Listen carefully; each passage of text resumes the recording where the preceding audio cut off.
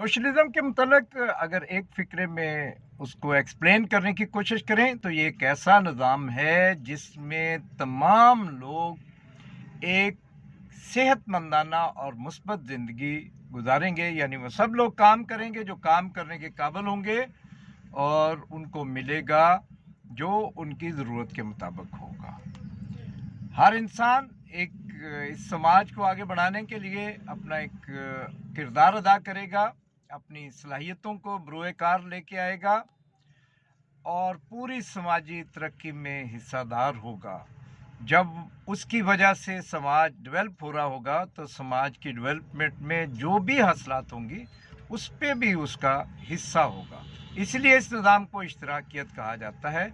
और इस इश्तराकियत के ख़िलाफ़ वही हैं जो कुछ ना करके सब कुछ समेटना चाहते हैं और जिन्होंने काम किया हो उसको हासिलात से महरूम रखना चाहते हों।